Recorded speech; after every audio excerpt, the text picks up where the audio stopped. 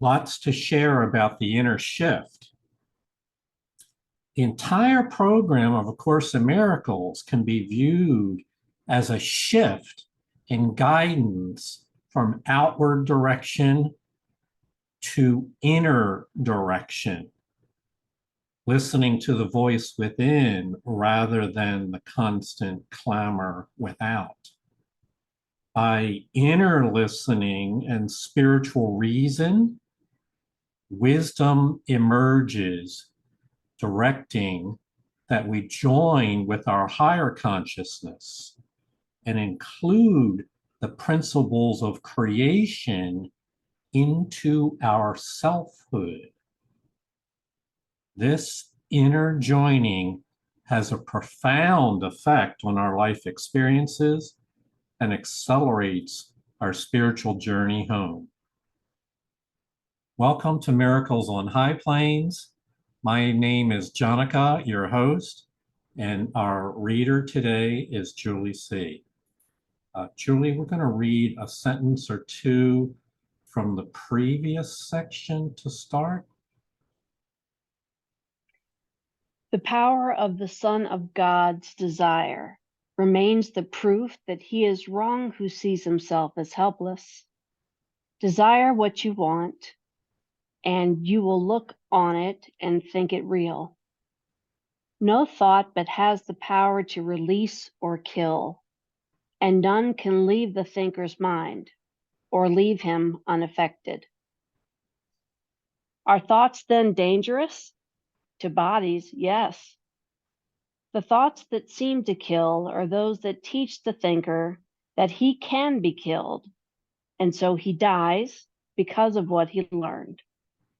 He goes from life to death, the final proof he valued the inconstant more than constancy. Surely he thought he wanted happiness, yet he did not desire it because it was the truth, and therefore must be constant. So there's this theme that was in the previous section and continues today around constancy. I don't think it has been expressed that way in previous chapters. Constancy, consistency, continuity versus its opposite of inconstancy, inconsistency, or discontinuity. There's a polarity there, and the ego favors discontinuity and fragmentation, and spirit, being eternal and stable, favors constancy.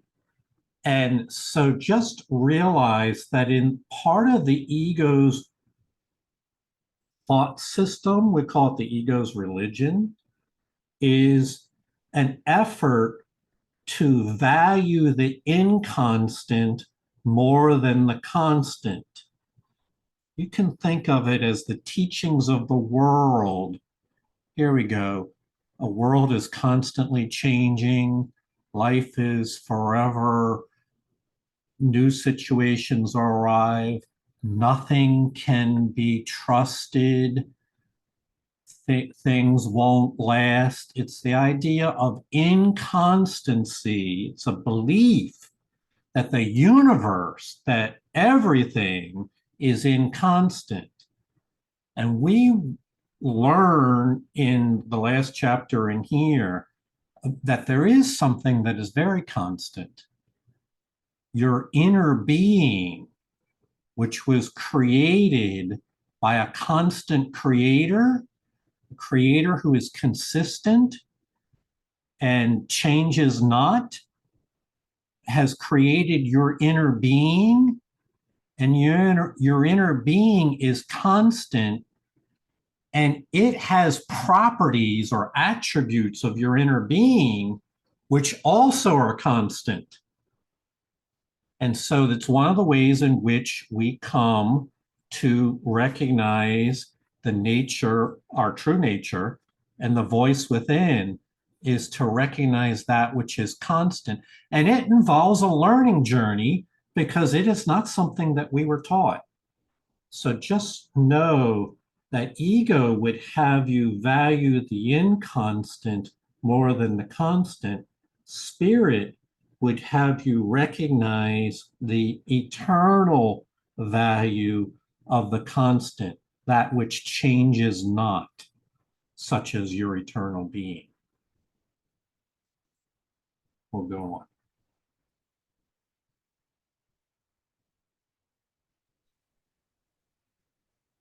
The constancy of joy is a condition quite alien to your understanding.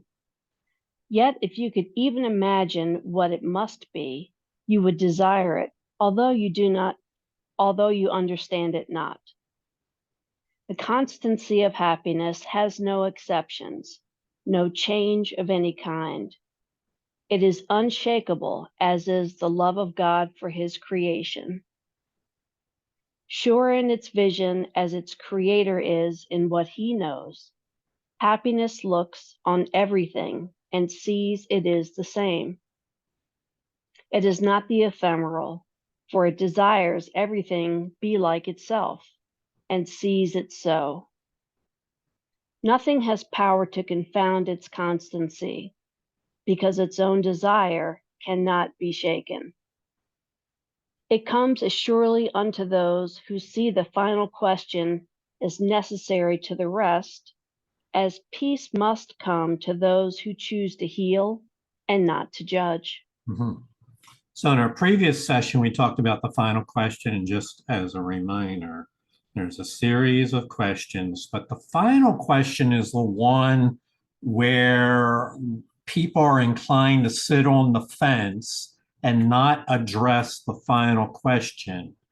And you can think of the final question as being an existential question. What is it that you really want from life? What is your heart set upon as your desire, your treasure? Do you, said another way, do you want the truth? Do you want happiness, peace, and joy? Because you have to want them in order to open the doors and windows of your mind to allow them in. That your choice in this matter is powerful. So there turns out to be a series of choices that are made that help us reach the state of the constancy of joy, which is mentioned at the beginning. The constancy of joy is a condition of your mind, which is not familiar. Okay, we know this. This is stating the obvious. The constancy of joy is a condition that is not well expressed in this world. People do not walk around constantly joyful. And if they do, we assume something's wrong with them. Okay? So it goes without saying that it's a condition quite alien to our understanding. And so, but the Course in Miracles, teaching the laws of mind, helps us to understand it. And it turns out to be a sequence of choices, the first of which is that you yourself wish to live a life that has integrity, that has honesty, that has constancy, so that there are things in your life that you value above all else, and you continue to value them under all conditions. You wish for constancy. And that wish then allows you the second rung to enter onto the second rung of the ladder, which is that you want for a constant vision, a constant outlook on the possibilities of what life is for, so that you can see truly through the eyes of forgiveness, through the eyes of the light of grace, you can see into the nature of what life is really meant to be and participate it with it on that level. So it's the wish for constant vision, and that's perceptual. That's still a way of your mind understanding something. And when you've made that choice and acquired that, you're then eligible for the third rung, which is constant joy. See, but you must do the first rung and the second rung before you are prepared for the third rung, constant joy. And just as an aside, I've made that my personal goal with Course of Miracles since 2013. Not there yet, but making progress. So constancy turns out to be really important. Remember, the ego would have you see the ephemeral, those things which do not last. And the ego would have you invest your energy and attention in things that do not last and therefore cannot sustain happiness and joy because they pass away, they come and go. Whereas spirit would have you recognize what is constant, what is lasting and long duration, and have you increasingly incorporate those attributes into your own life experience. Heather? Yeah, I'm a little hesitant to even ask this question because I think I just don't get it. What is the real difference between constancy of joy? What's the difference between joy and happiness? I don't know that there is. Okay. Joy is an aspect of love. The Course teaches that joy is another term or aspect of love. So we would put it at the highest state of experience and feelings that beings in heaven experience joy and love. Happiness is something that you really, I think it's more not earthbound, that's not the right term. In this life, everyone wishes to be happy. The Course teaches that everyone would prefer to be happy versus to be deeply sad. Now, their behaviors and their actions may not be consistent with happiness, but given a choice between having a happy day and being depressed, people would prefer to be happy. Heather, I don't have anything else to add about that because I can't distinguish between the two clearly. But I would say that they are compatible and harmonious with one another. Happiness and joy are in the same vein.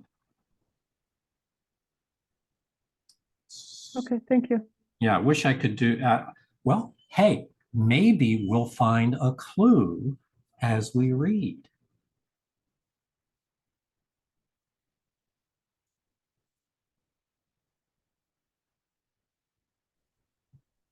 Reason will tell you that you cannot ask for happiness inconstantly. For if what you desire you receive, and happiness is constant, then you need ask for it but once to have it always.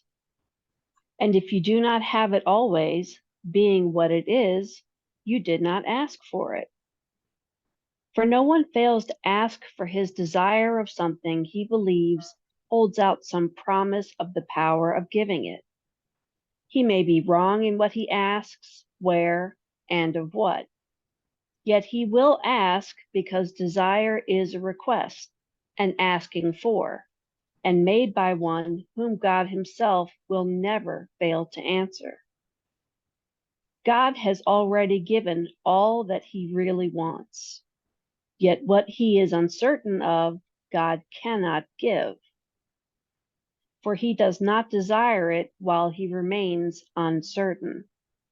And God's giving must be incomplete unless it is received.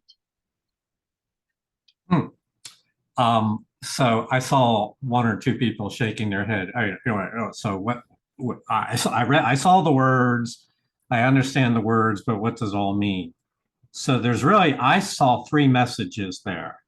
The first one, it says, we've never really asked to be happy. Okay. The second one, but emphasis on what does it mean to really ask for happiness, not just say the words, but to mean it with your heart and soul, to really ask to be happy. It says you've never really asked to be happy. Two, it says that if you truly ask to be happy, you will be given happiness.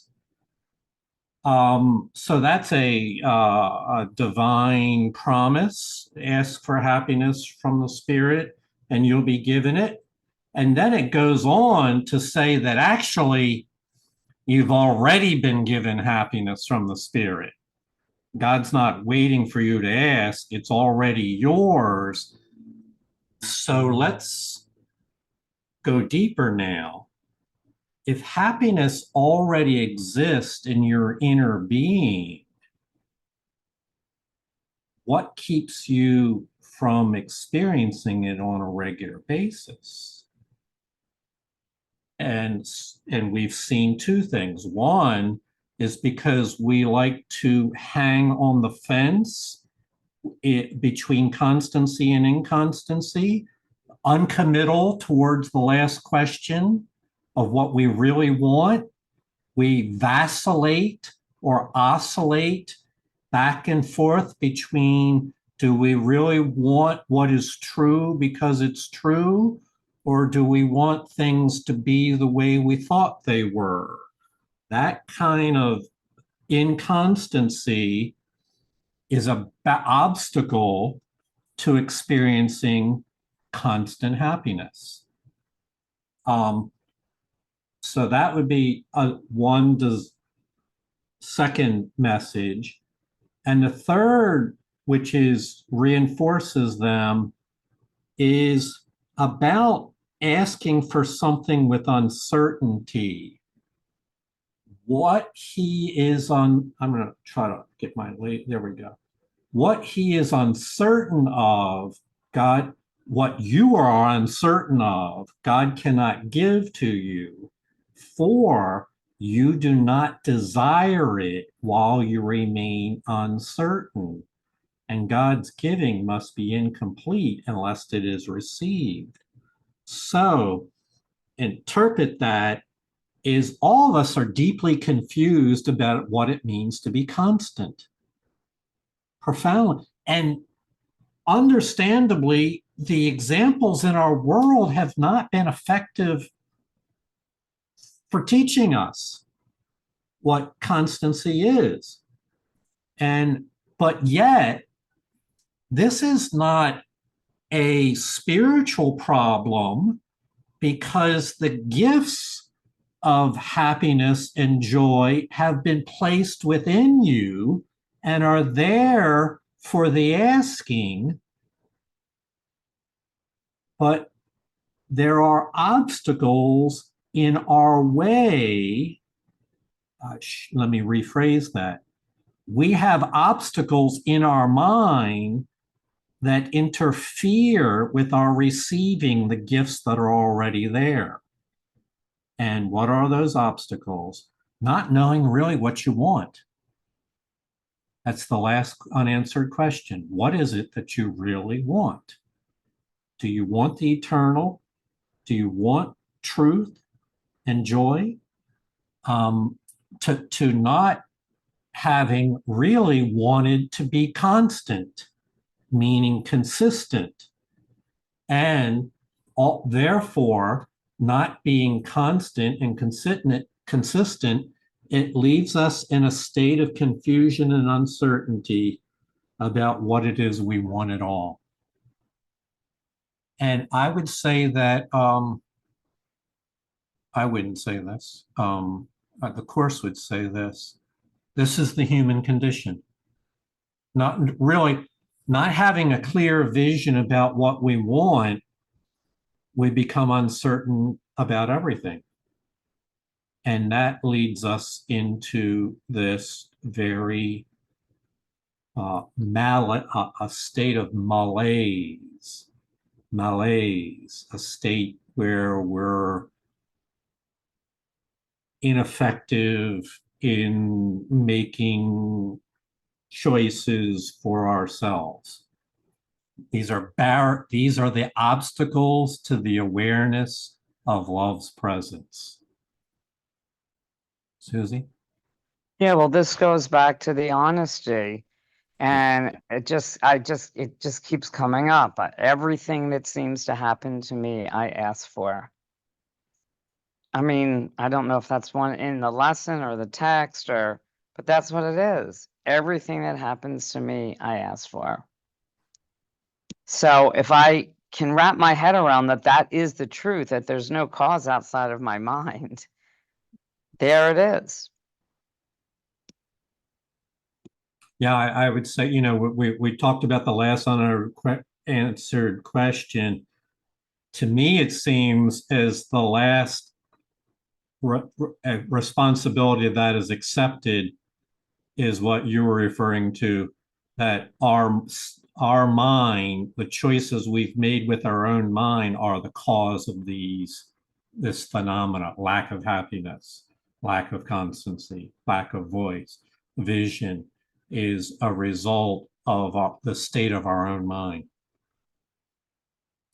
Okay, so we need to introduce some hope into this condition that is so widespread. Julie?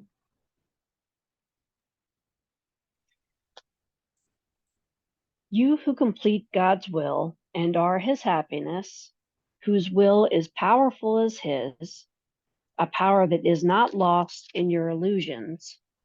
Think carefully why you have not yet decided how you would answer the final question. Your answer to the others has made it possible to help you be already partly sane. And yet it is the final one that really asks if you are willing to be wholly sane. Again, that question could be represented as, do you want the eternal truth for yourself? Do you want to join completely with the eternal? Or choose another way? Let's go on. What is the holy instant but God's appeal to you to recognize what he has given you? Here is the great appeal to reason, the awareness of what is always there to see, the happiness that could be always yours. Here is the constant peace you could experience forever. Here is what denial has denied, revealed to you. For here the final question is already answered and what you ask for given. Here is the future now, for time is powerless because of your desire for what will never change. For you have asked that nothing stand between the holiness of your relationship and your awareness of its holiness. Mm-hmm. Wow, well, I asked for a sense of hope. It's really comes through strong here. So we are encouraged to think carefully why we have not decided what answer we want to the final question. Think carefully why our attitude towards eternal truth is split, uncommittal, or less than wholehearted. Think why that is. And so here's where we need a miracle. And here's the form it takes, called the holy instant. So instead of waiting until we get really clear on what we want, God is going to provide an opportunity, a situation, a circumstance where for a brief glimpse, we will be able to be in touch with what is forever true. We'll get a glimpse in an instant, a recognition of the gifts that have already been given us. Now, this isn't because we've earned it or decided yet what we wanted, but it's a gift. And it's very subtle. It's easy to miss. You may have already had that experience this week and not identified it as such because it's brief, unannounced, and it's just a moment of clarity where you realize that there's more to any situation than the outer surface effects would represent it to be. It's a state, it says, in that state of the holy instant is the constant peace you could experience forever. It's like all of a sudden, it's a glimpse into the light of your own soul and the illumination of it by the Holy Spirit. And that's not only a part of you, but it is a part of others as well. It's a universal attribute. And so from that glimpse, of soul awareness, the final question is already answered. And everything that you could ever ask for, continuous joy, continuous love for all things, is already given. In ego terms, or I should say in time-space terms, we would think of this as what it must be like to enter into heaven. Some kind of mystical, idealistic future state where all is perfect. We would view whatever that could represent to our minds. It's a glimpse of that now. Here is the future now. For time is powerless to interfere with your experience of eternity, with constancy. Time is powerless. Why? Because you've decided your desire for eternity is more powerful than the ability of time to interfere with your awareness of these things. Let me say that again. Perhaps I can say it more succinctly. It would seem as though time would prevent you from connection with the eternal. But your desire, your free will choice for the eternal overcomes the obstacle that time would seem to place in the way. Time is powerless because of your desire for what will never change. You've asked that, and this I think is the most beautiful way of expressing it. You have asked that nothing stand between the holiness of your relationship and your awareness of its holiness. Let me decompose that a little bit for those of you that where it might be helpful. There is this creation of all beings that are united in a family of creation. You can think of that as your holy relationship, your relationship to everything. And then there is your present moment awareness of those things, which may be far away from the actual condition of creation. And then there are the things that stand in the way between your present awareness and your holy relationship.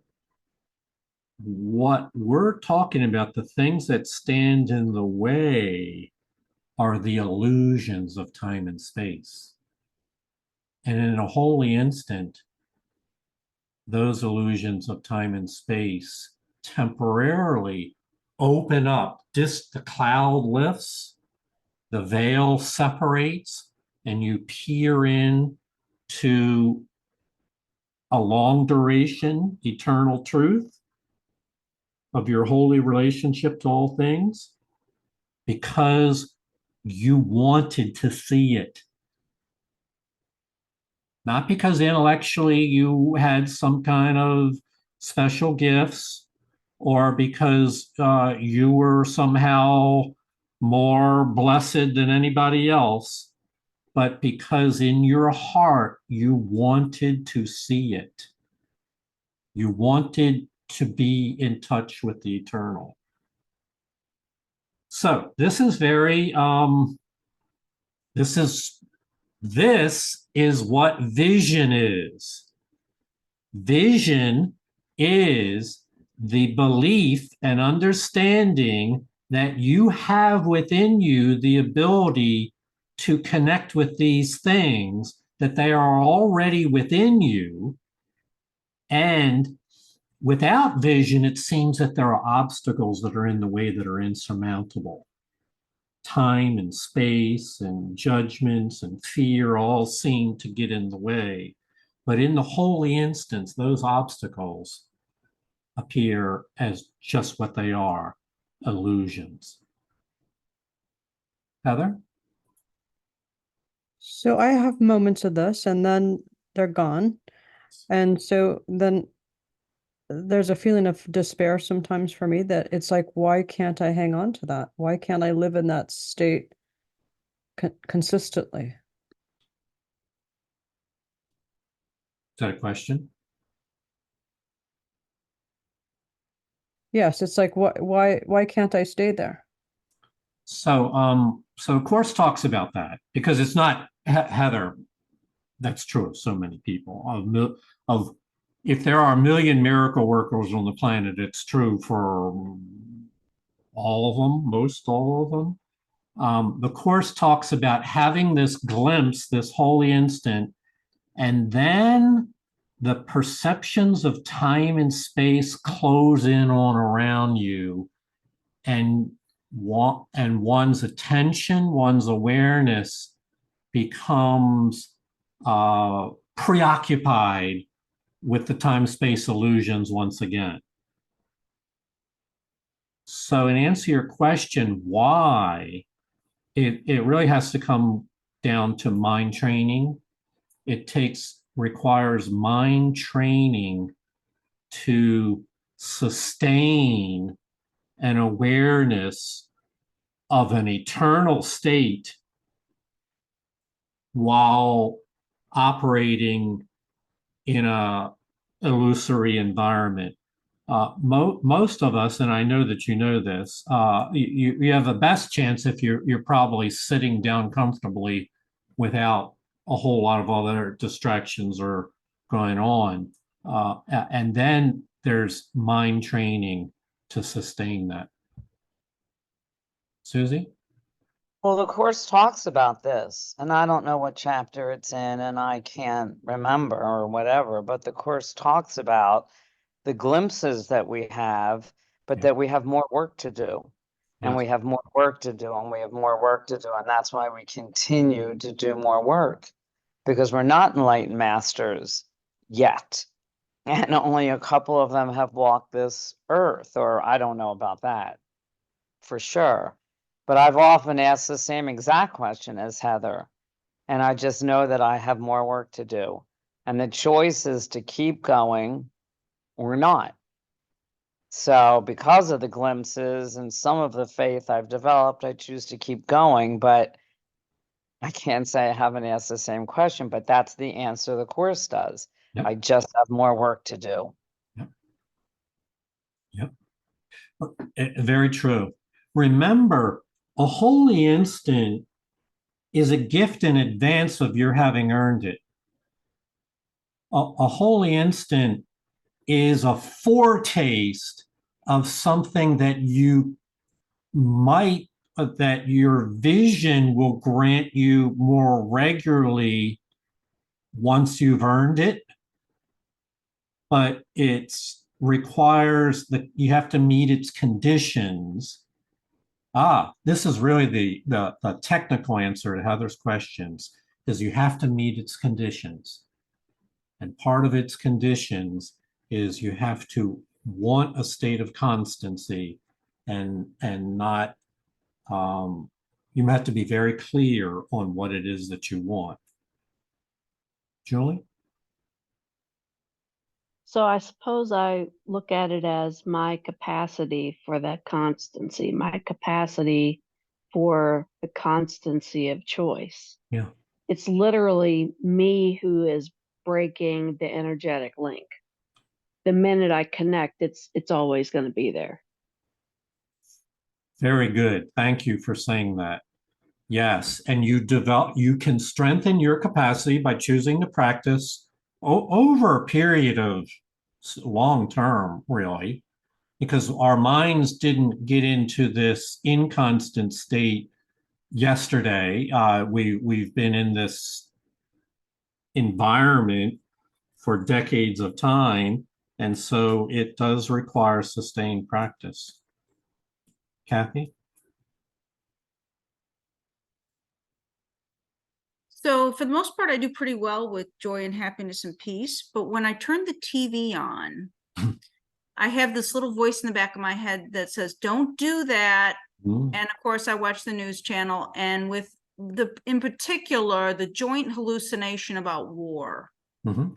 triggers me. And then I end up turning the TV off within about 10 minutes, and then I'm okay. And then I pray about the people that are suffering and potentially suffering. So that is one of my remaining triggers. And, you know, I know the prayer helps, and I know that there are people there to help with the suffering and all that, but there is something going on in the world right now that is huge, right? And I'm not going to bring up politics or what's going on in Israel, but just to say, this is a potential for a real problem for human suffering. And I feel guilty turning away from it. I pray about it. I know it's there. I don't want to make it real, you know, in any way, shape, or form. I mean, the guilt isn't tremendous. I know I'm here and I'm living in peace and happiness and joy. And I've done what I can about it. But that's a trigger for me. Mm-hmm. And that pulls me a little bit out of happiness into sorrow and into a powerlessness that I don't normally feel, because I feel pretty good most of the time. So anything you can shed on that would be great. Yeah, I want to tread carefully here. I think the most interesting part is you choose to turn the TV on and do that to yourself. I understand how the human beings will do that, but I would encourage you to look at the choice, because you said when you shared that there's a part of me that says, don't do this, but I do it anyway. And right there, Kathy, is the fundamental element of why would you do something that your voice tells you not to do. And the reason I like to frame it that way is because this can be applied. This is a lesson that can be applied again and again to anything, whether it's turning the TV on or turning towards anything that causes us to be in confusion. Yeah. And we're going to cover that in the latter chapters of the textbook, is when you do something that you don't want to do and precipitate inner conflict from that. Heather? Yeah, I just had an insight when Kathy was talking about that. I thought, oh my God, she's talking about survivor guilt. That's survivor guilt. You know, we have survivor guilt when we have it good here and somebody else doesn't. And then we feel this guilt about how good we have it. And so there's almost this, and we need to take the atonement for ourselves in that situation, I think, because it's we can't pay for this. We can't fix this. And so I don't know, I'm just barely hanging on to the edge, but I'm getting a little glimpse of it. That's what we're experiencing. We feel guilty if we don't watch it because we have it so good, and we're just going to live our happy little life here. And so there's this pull, this conflict between the two. And so I think it's maybe a very insidious form of guilt. Yeah. I've never really looked at very closely. And so I'm so glad you brought it up, because I'm going to really look at that. That may be what calls me back to those places to engage in behavior like that when I know I shouldn't. Mm-hmm. Thank you. Thank you. This is really helping me because Course in Miracles in a couple places talks about forgiving the world. And in another place, it talks about forgiving creation. And I couldn't understand, why would we need to forgive creation? Why would we even be asked to forgive the world? And well, what it is, there's a guilt, there's a hidden, unrecognized layer of guilt somewhere there about the world. And then that it gets expanded to a belief about creation that has to do with a shared, what Heather was just talking about. She called it survival guilt, but it's a sense that we're all in this pool of guilt, existential guilt. Julie? Hi, I appreciate what everyone else has shared, and this reminds me of a situation in my family. We have uh, a beloved cousin who's more like a sister to my other sisters and myself, and we're waiting for medical test results. And my sister, I noticed, is very much in the ain't it awful place. Mm-hmm. Our cousin is not in the ain't it awful place. And I have a sense that maybe what I'm looking at in my sister is that we have developed this idea that there is a right way or a better way to respond when you find out that someone you love may be sick and their journey on earth might get really rocky and may even be trending towards a physical death. Like there's a right way to respond. Yeah. And, from what I've learned in here with you guys, my response is, okay, great. What's for dinner? Because A, we don't know anything. And B, why is that the only sanctioned way to respond, especially if our cousin isn't even going to that place? So, like, I did have some thought about, well, it isn't, I just will be the person that I am. And if it doesn't match Mhm. the way that everyone else is handling it, well, then that's going to be okay. Yeah. Yeah. No, I like that. It's like try going to a funeral and celebrating the other person's life.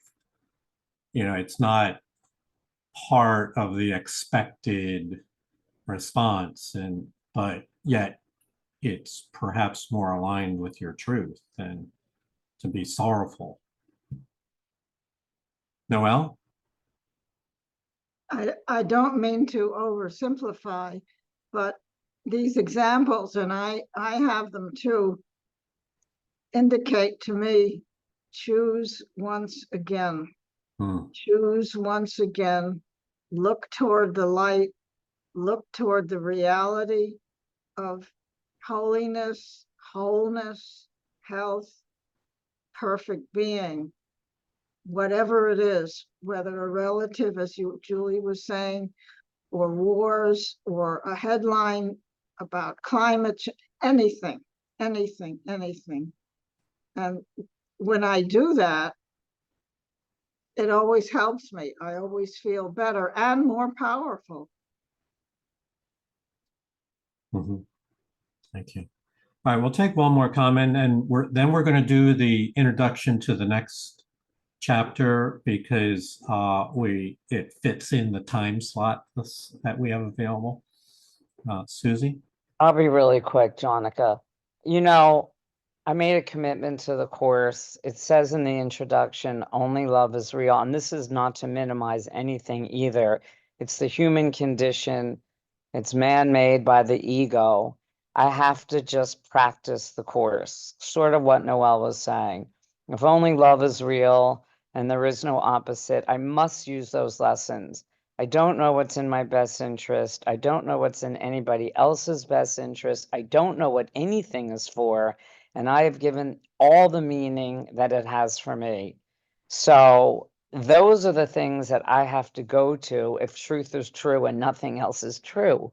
So I can make up all these stories in my mind, in my human mind, but I must use the course and be constant, right? We're using the word constant. And if that's what the course is teaching me, then that's what I have to try to do, or otherwise I'm going to get caught up in all this other stuff that was just made by the ego and by man. So anyway, that's just what helps me when people say, why aren't you turning on the TV? And I say, because it's not real. Yes, I'm not stupid. In time and space it's happening, but it's not helping me to get involved in the illusory, you know, moments of all of it. So I don't know. I have to use the course and the teachings to keep me sane. Mhm.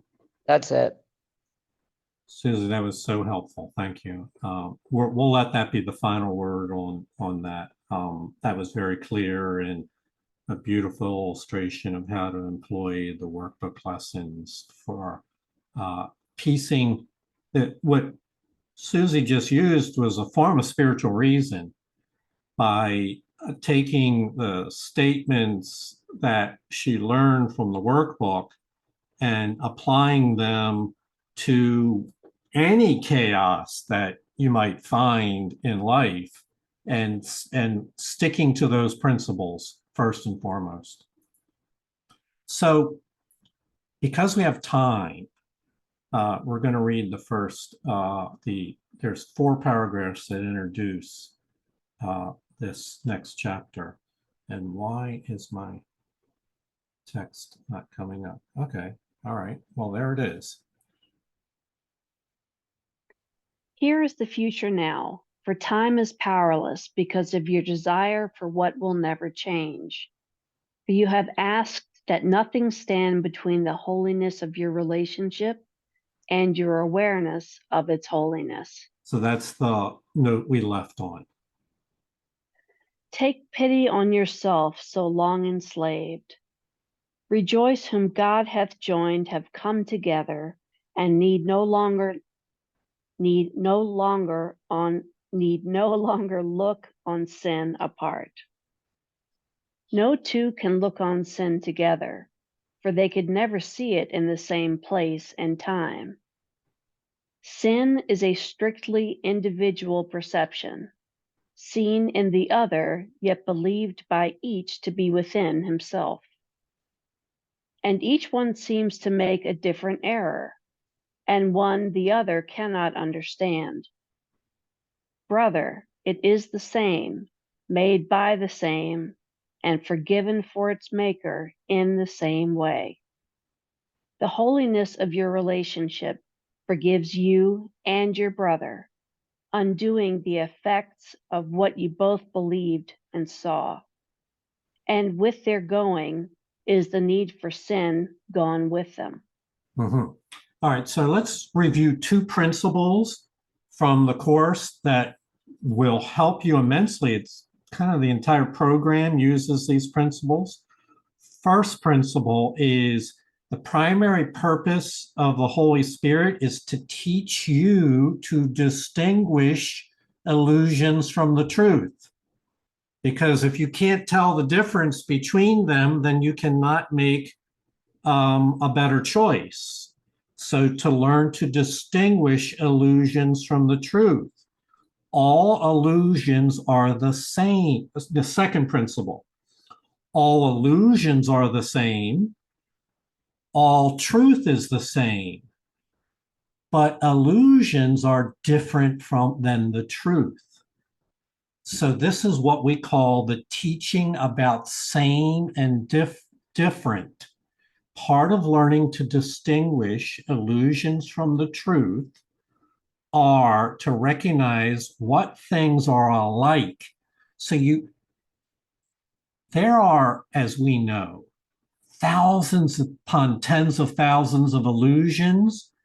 You don't want to be spending a lot of your attention trying to distinguish each and every illusion that comes down the pike, because that could take several lifetimes. What you want to be able to do is quickly say, oh, yes, that's just another illusion. It's like the same as all the other illusions. I don't need to look at it any further. I know what it is, so I don't need to turn the TV on to get the details. All right, because I already know what violence is. I already know what its death is, physical death is. I don't need more details about it because they're all the same. And then, so that is a great time saver, because it's otherwise, if we don't learn that lesson, then we will expend time trying to understand the chaos, trying to stare into a world of conflict that never ends. It changes in its details, forms change, but the conflict goes on, and we'll wind up staring into that. And then that's the first step, is stare into it. The next step is to believe it's real. And now we're upside down. We've made illusions real to our own mind. And the next step after that is to be afraid of what we've made. Believing it's real, we now become afraid ourselves. So it's a fundamental principle here, is to learn all illusions are the same, but they are not they are different from all truth. And that will save a great amount of time. And that includes any judgments you might have against a brother. So illustration of that, my judgments against a brother maybe seem to be different than your judgments against a brother, right? I may be critical of him for being dishonest, and you're critical of him for being, I don't know, something else. But in fact, they are the same because both of them are the belief that we're here to judge our brothers. Both of them are unfounded judgments, trying to make somebody else less. So we don't need to get lost. And there will be plenty of opportunities for you to apply this. You not get lost in what flavor of illusion is it now? And how do we stare into that flavor of illusion and parse it as being different than another flavor of illusion? It's a certainty that no matter how much you analyze the nature of illusions, truth will not emerge from that analysis. All it will do is make you very good at identifying illusions. And you don't need to invest a lot of your time in order to identify those illusions. Heather? Yeah, you just described the news there. That's the news. It's just the whole endless, of analysis of illusions. Yeah. Or here's another form: a table at a luncheon club or some other place where people sit together and all they do is gossip about the other people at the other table, or it's really, how is it different? Well, one might be less violent than the other, but both of them are the beliefs that those other people are really not as good as we are, or not worthy of our love would be a better way to say it. And so we don't need to it's about learning what to say no to. And this is an acquired skill. It's a learning. And it would seem Course in Miracles is the place to learn it, because I haven't learned it anywhere else. And I don't know if you have either. Oh, I'm sorry, I didn't. All right, we'll go on. Who has need for sin? Only the lonely and alone, who see their brothers different from themselves. It is this difference, seen but not real, that makes the need for sin, not real but seen, seem justified. And all this would be real if sin were so. For an unholy relationship is based on differences, where each one thinks the other has what he has not. They come together, each to complete himself and rob the other. They stay until they think that there is nothing left to steal and then move on. And so they wander through a world of strangers, unlike themselves, living with their bodies, perhaps under a common roof that shelters neither, in the same room and yet a world apart. Mm-hmm. So this same difference that we talked about, all illusions are the same, all truth is the same. It extends into the way we relate ourselves to others. And this is where very practical applications, because the ego would have us see each person as different and therefore require our judgment to decide how they're different. And do we like the things that they're different or dislike the things? So, and spend all that time evaluating people. Whereas in truth, it sees us as fundamentally stemming from the same creator and all having the same inner gifts, and therefore on the spiritual plane that we're all equal and the same. But in an unholy relationship is based on the belief that these differences, that there are differences and that they're real, and that somehow if the other person has a trait that you don't have, you might be able to get it from them.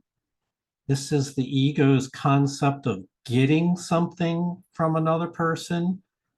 We don't want to explore this too much here, but the ego is not really a lover. The ego is not really into a relationship for love. It's into a relationship for what it can get. And if it doesn't feel the other person has anything to offer, then it has no interest. But if it feels as though the other person can offer it something, then it will try to take it from the other person. And that becomes the basis of how the ego relates. What can I get from this other person? Holy Spirit doesn't view it at all like that. It's instead it's inverted into, and it becomes a question of we all have an abundance to give, and getting and being with people for the purposes of sharing what we can give. Julie? I have been this person. I have been this thief more times than I like to know about myself, but it's true. And a common underlying condition for me here was failure to accept full responsibility for myself. That's what led me to be able to, I suppose, sleep at night, look in the mirror, and be this thief of a person, which would not at all be comfortable today in the same ways that it has been in the past. Mm-hmm, mm-hmm. Yeah. Testimony that these things really, thank you, Julie, because these descriptions like we're reading here that are in the course do seem dramatized. They get our attention that way, but they are based on observations of how people have lived, not how everybody lives, but in one form or another, we've all got our own version of the getting what we want from others going on. Some more obvious and out there, others more coy and difficult at first to discern. Susie? I just wanted to make a comment based on what Julie just said, which I really appreciate her honesty a lot. Yeah. And that, you know, I don't know, what just keeps coming up for me is like, I know in somebody's higher self, they would not be certain ways that we're describing that we've behaved or whatever. But if that is in fact happening to me or to anybody on the Zoom call, behavior inappropriately by somebody else, that doesn't mean necessarily, or I'm asking that I'm judging that person. I'm just seeing them as a child of God in their holiest self. But I have to have a boundary as to not, have this person necessarily in my life. But that doesn't mean that I don't know in their higher self, holiest self, they're not equal and a child of God. I mean, can you speak to that, Jonaca? Does that make sense? I was actually having a little trouble tracking with you there, where you were going with that.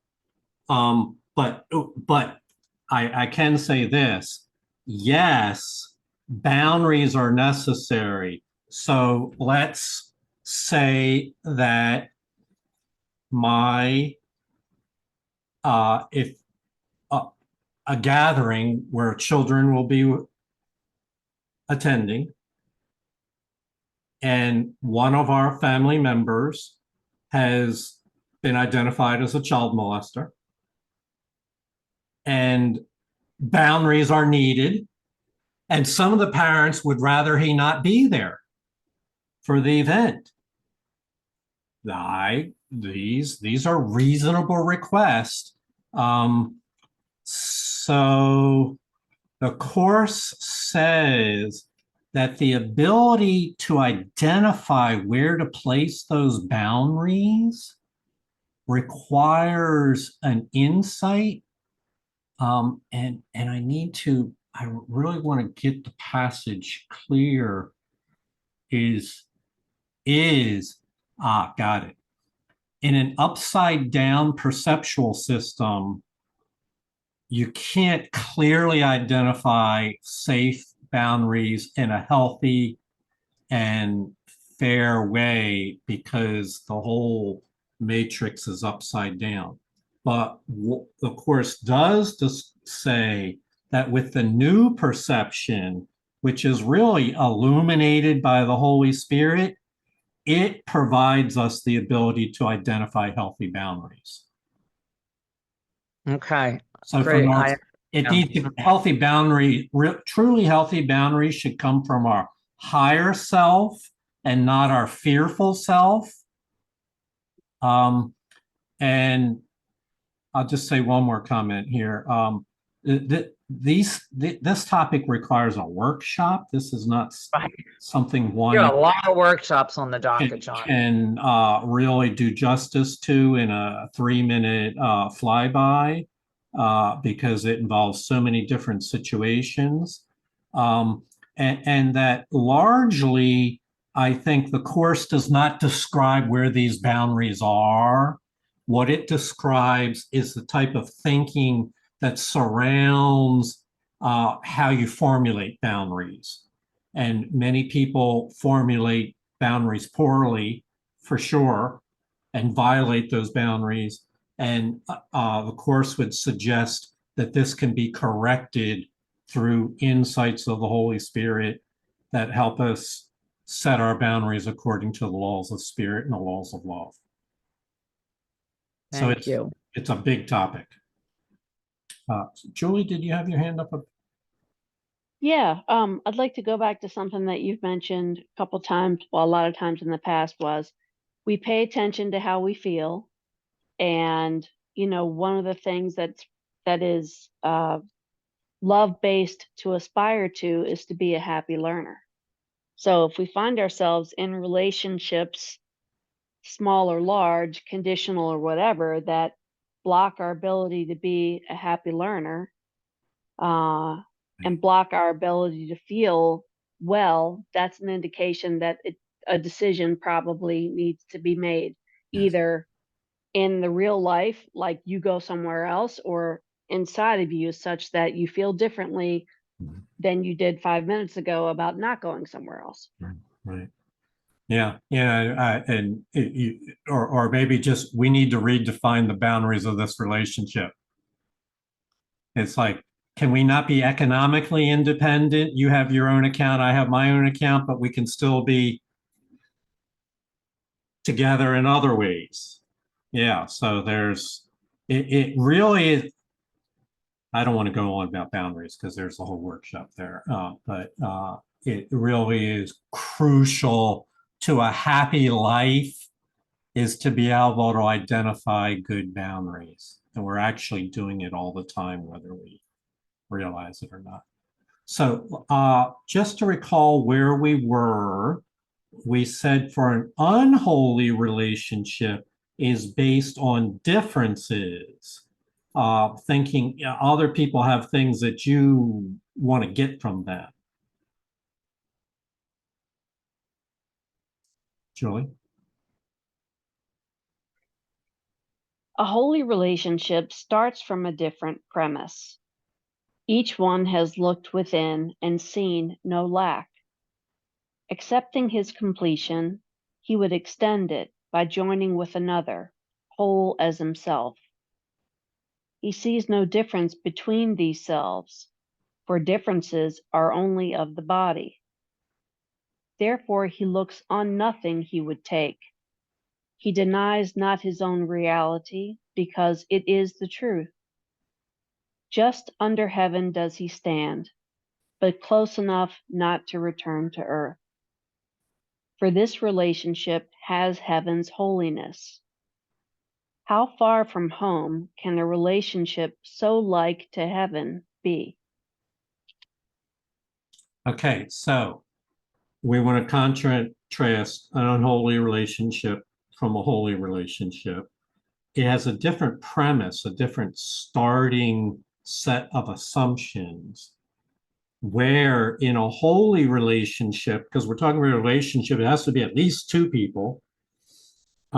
Each one has looked within and made contact with their inner self, which they know to be abundant, to have the same infinite source as it is in all beings. And so there's no sense of lack there. Therefore, there's nothing to get from the other person, that because you already have all that you are. It's about knowing what you are. You are a completed creation of the Creator. I'm talking about your inner being, not your outer or even the state of your consciousness, but your true essential nature, that part of you that has constancy, is complete. And its attribute is that it would be extended by joining with others. And in so doing, we are functioning in a relationship where there are no differences, where everyone is recognized as having these same attributes, these same eternal properties, and therefore there's nothing to take. And so that is really my prayer for each of you, that you would be able to look within and see no lack within the depths of your own being, that you would recognize your source, and that your source has given you all, has made you a complete spiritual being, worthy of love, worthy of being called a son of God.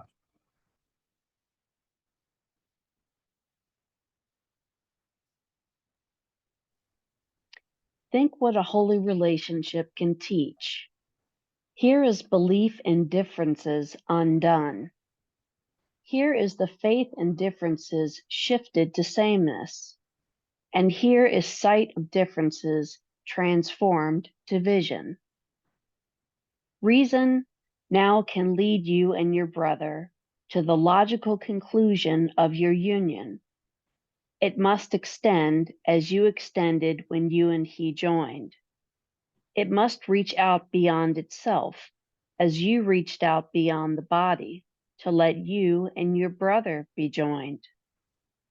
And now the sameness that you saw extends and finally removes all sense of differences, so that the sameness that lies beneath them all becomes apparent. Here is the golden circle, where you recognize the Son of God. For what is born into a holy relationship can never end.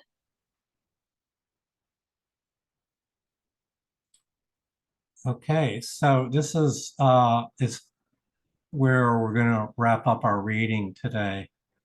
So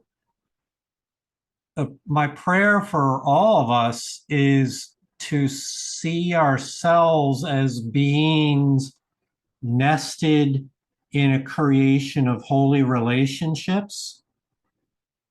And then once that premise is accepted by your mind, think what it can teach.